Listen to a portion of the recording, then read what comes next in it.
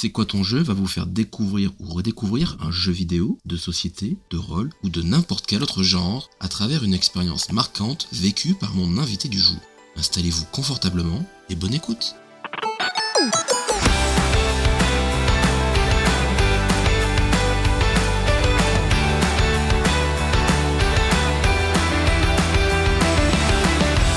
Bonjour à toutes et à tous et bienvenue sur CQTJ. C'est quoi ton jeu, l'émission qui vous partage un moment marquant vécu par mon invité autour de la thématique du jeu.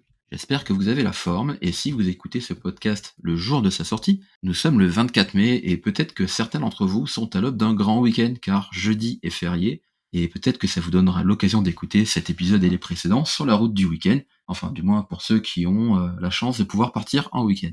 Pour les autres, pas de soucis, j'espère que vous allez passer un agréable moment avec nous aujourd'hui.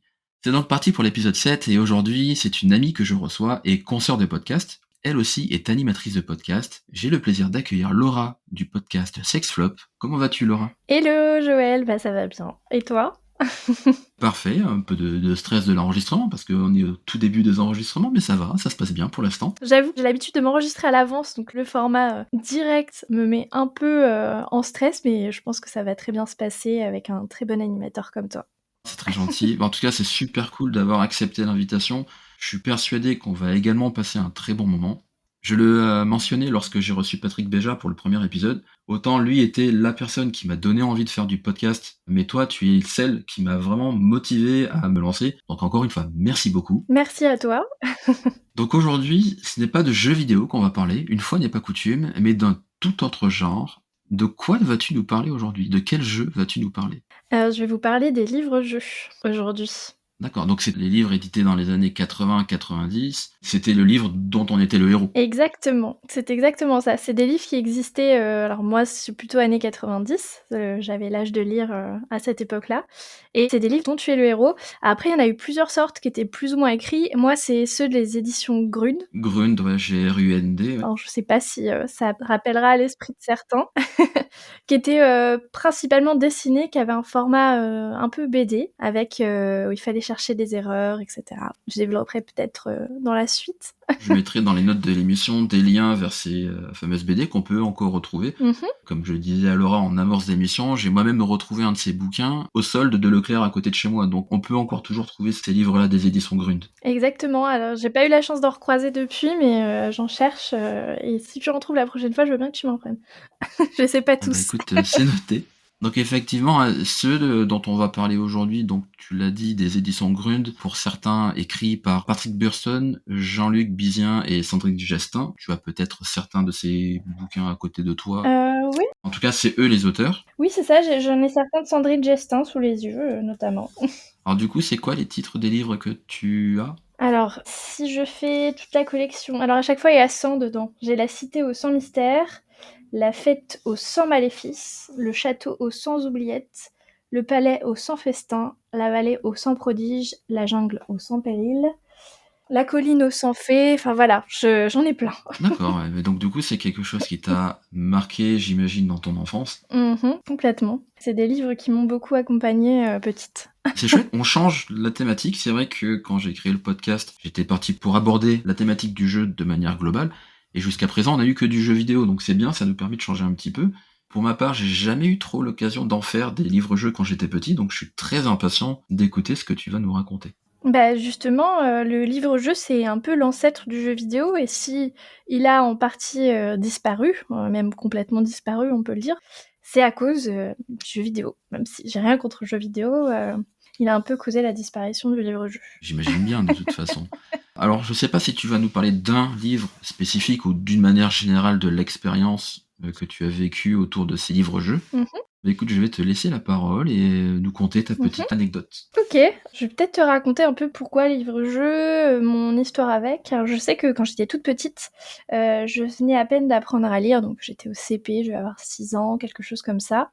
Et quand il faisait très moche le lundi, j'étais en région parisienne, donc il faisait moche assez souvent, Les jours d'école, les jours où il y avait pas école ou après l'école, et cetera. Je demandais à ma mère de m'emmener, en librairie ou à la Fnac. Promis, cette émission n'est pas sponsorisée par la Fnac, mais j'y allais beaucoup quand Non, mais il y même. a pas de problème. Je passais beaucoup de temps là-bas et ma mère, du coup, allait faire ses courses et puis elle me laissait au rayon livres, soit du supermarché, soit, justement, du centre commercial. Et quand on rentrait, des fois, j'avais le droit de prendre un livre et elle me prenait un livre-jeu que je feuilletais sur place et que je dévorais à la maison. Alors justement, en amont de l'émission, on regardait, ça coûtait 49,50 francs. Oui, c'est vrai que on s'est dit que ça faisait un peu cher quand même pour l'époque. Bah c'est ça, ça représentait un bon repas dans un resto. Alors, je vais pas faire la vieille conne, hein, parce que bon, j'ai pas encore l'âge de le faire, mais ça a bien changé depuis. Apparemment, celui sur lequel t'es tombé coûtait 3 €, donc c'est plus du tout la même valeur. Ouais, celui soldé que j'ai vu était à ce prix-là, ouais, tout à fait. Donc voilà, donc c'était un peu la fête, c'était un très beau cadeau que me faisaient mes parents quand on rentrait des courses ou autre. Donc c'était pas à chaque fois, mais quand j'avais la chance d'en avoir un, c'était un bon moment en perspective, parce que c'était des livres qui, contrairement à une BD ou à un livre normal, pouvaient se jouer, se rejouer plusieurs fois. On n'arrivait pas tout de suite à la solution, il fallait essayer plusieurs options. C'était vraiment un livre qu'on pouvait réutiliser plusieurs fois, quoi. Justement, comme les jeux vidéo en fait avec un scénario et en fonction des chemins qu'on choisissait, soit on devait revenir en arrière, soit on allait à la suite. Et moi qui n'avais pas trop le droit d'avoir... mes parents étaient pas trop pour que j'ai des consoles de jeux, des écrans. Et encore une fois, à l'époque, il y avait le choix, c'était PC ou Nintendo ou des choses comme ça. Il n'y avait pas énormément de jeux vidéo encore à l'époque, mais voilà. Du coup, j'avais le droit aux livres et je jouais aux livres-jeux. Voilà. Non, maintenant j'adore les jeux vidéo. Je me suis vengée depuis. L'un n'empêche pas l'autre. Ah non, pas du tout. C'est très intéressant pour le coup de voir à quel point c'est un peu une Madeleine de Proust pour toi ce genre de livre. Ah oui, complètement, parce que je les ai récupérés il y a pas très longtemps, justement chez mon père, et je me suis pris en rentrant à la maison à les refaire, à rejouer. Et bon, ça faisait 20 ans, donc même plus de 20 ans. Ça faisait 25 ans, quelque chose comme ça, 24 ans, que j'y avais pas joué. Et du coup, je me rappelle plus des solutions. Donc j'ai passé quelques heures de, de jeu dessus. Est-ce que tu peux expliquer aux gens qui ne connaîtraient pas le concept comment ça se passe en fait? Le livre, il y a un sommaire, il y a Ah oui, bien où sûr. tu as une page qui te renvoie à d'autres pages, qui te refait revenir en arrière. Bien sûr. Alors en fait, le livre commence toujours à la page 6. Il y a des choses en fait qui sont très rassurantes dans le livre-jeu, c'est très répétitif en fait. Donc on en a eu un, on connaît la dynamique de tous. La page 6, c'est la page qui explique un peu la situation. Là, par exemple, j'ai sous les yeux la cité aux 100 mystères. On a un étudiant magicien et il faut qu'on aille chercher une formule magique. Chaque fois, on a une mission à effectuer qui est donnée en page 6. Et donc, on ouvre la page suivante et puis on a des défis à réaliser. Et en fonction du chemin qu'on choisit, on va à une certaine page ou à une autre page. Des fois, on a 3 choix de pages.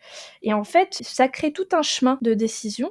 À chaque page, évidemment, il y a des choses à réaliser. Par exemple, trouver les 7 erreurs, essayer de trouver les anomalies. Il y a des choses qui sont dans les dessins. Des fois, il y a des petits calculs à faire. Ça reste toujours facile, hein. Mais faut trouver des amulettes, des choses comme ça. Faut aider le magicien avec son problème. Enfin voilà, à chaque fois, il y a un petit truc à réaliser. Et après, on peut choisir d'aller soit vers une page, soit vers une autre. Et en fonction du chemin qu'on va choisir, ça va nous amener à la page de solution, qui n'est pas toujours la toute dernière page. Parce que des fois, on peut tricher et on sait que c'est la page 46 qui est la page des solutions. C'est pas toujours le cas, des fois elle est en plein milieu, des fois c'est la page suivante, des fois c'est la page 12. Et donc en fonction du chemin qu'on va choisir, on va arriver à la solution finale. Le voyage se termine. Mais généralement, on n'y arrive pas du premier coup, il faut refaire plusieurs fois. Et qu'en fait, quand on perd, on retourne à la page 6. D'accord. Et donc ça peut durer longtemps. Voilà, si on oublie le chemin qu'on a parcouru, ça peut durer très longtemps. Et quand on est enfant, on n'a pas forcément une mémoire à court terme qui est très développée. En tout cas, c'était pas mon cas, donc ça pouvait durer très longtemps. Voilà.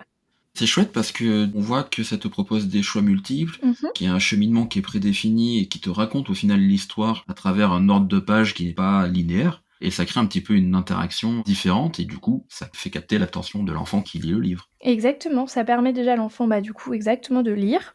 Donc c'est un petit peu le jeu et puis ça lui permet aussi de réfléchir parce qu'il y a des énigmes, des fois il fallait, juste, placer le livre devant, un miroir pour, connaître la page et cetera. Donc je dirais aussi que c'est à la fois un ancêtre des jeux vidéo, que ce soit pour, ceux qui ont un scénario et à la fois aussi l'ancêtre des escape games parce que c'est vraiment une dynamique que je retrouve aussi dans les escape games que C'est j'adore. vrai.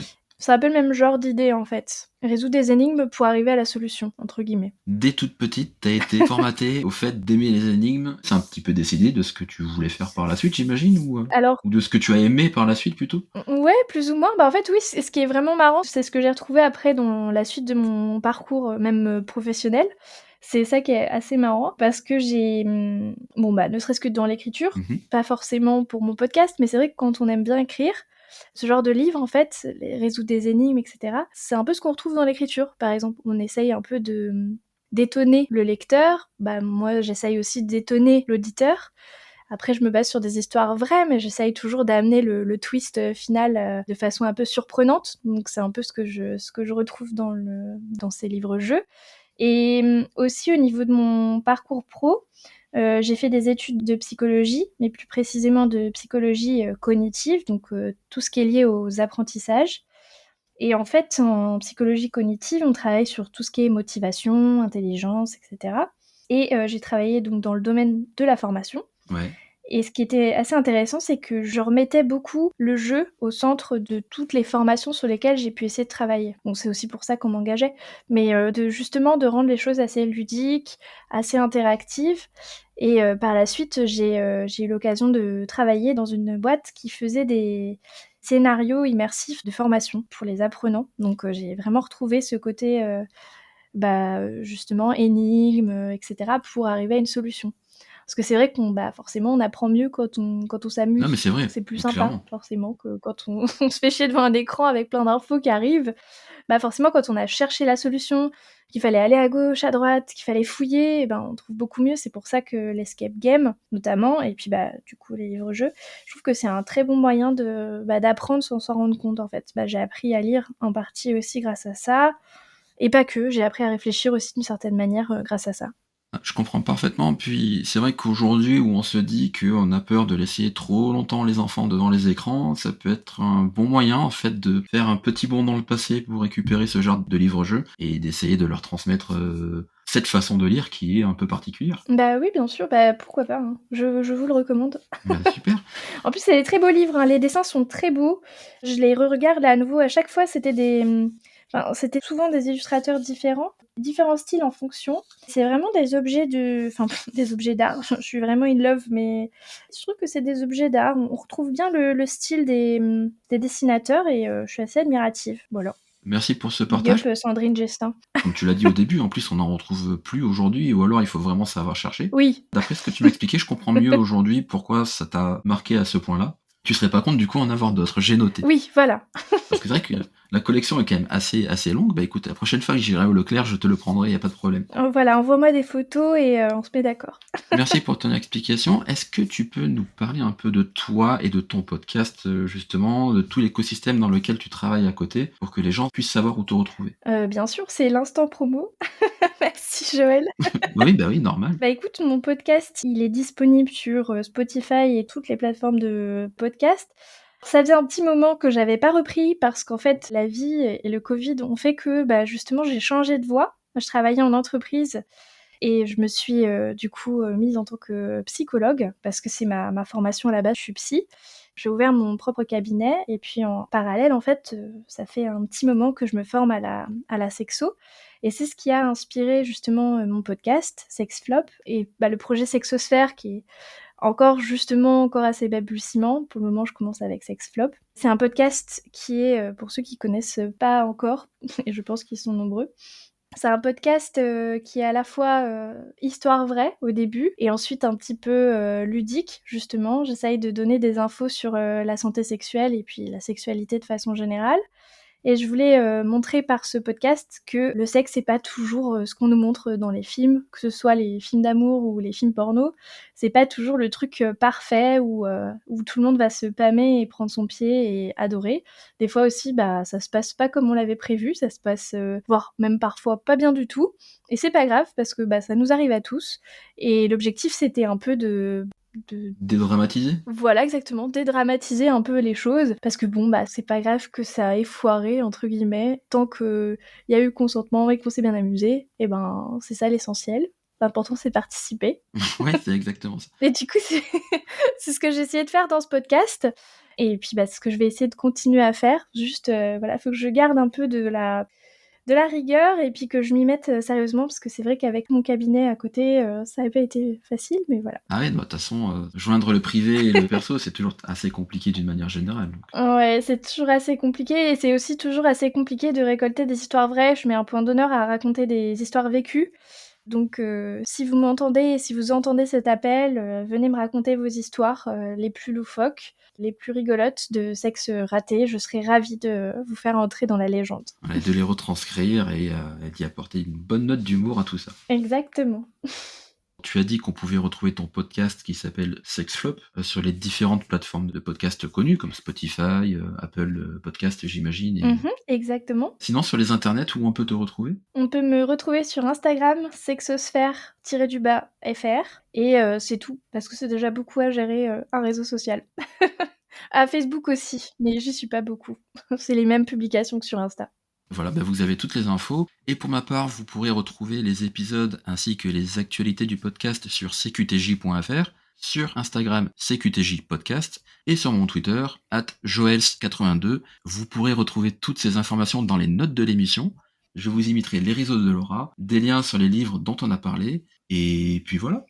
Merci beaucoup Laura de t'être prêtée au jeu, ça m'a fait extrêmement plaisir de te recevoir. Merci à toi Joël de m'avoir reçu dans ton émission, ça m'a fait extrêmement plaisir de te parler. Et quant à nous, on se donne rendez-vous dans 2 semaines pour un nouvel épisode. D'ici là, portez-vous bien et jouez bien. N'oubliez pas, on a tous au moins un jeu qui nous a marqué, non ? Et vous, c'était lequel ?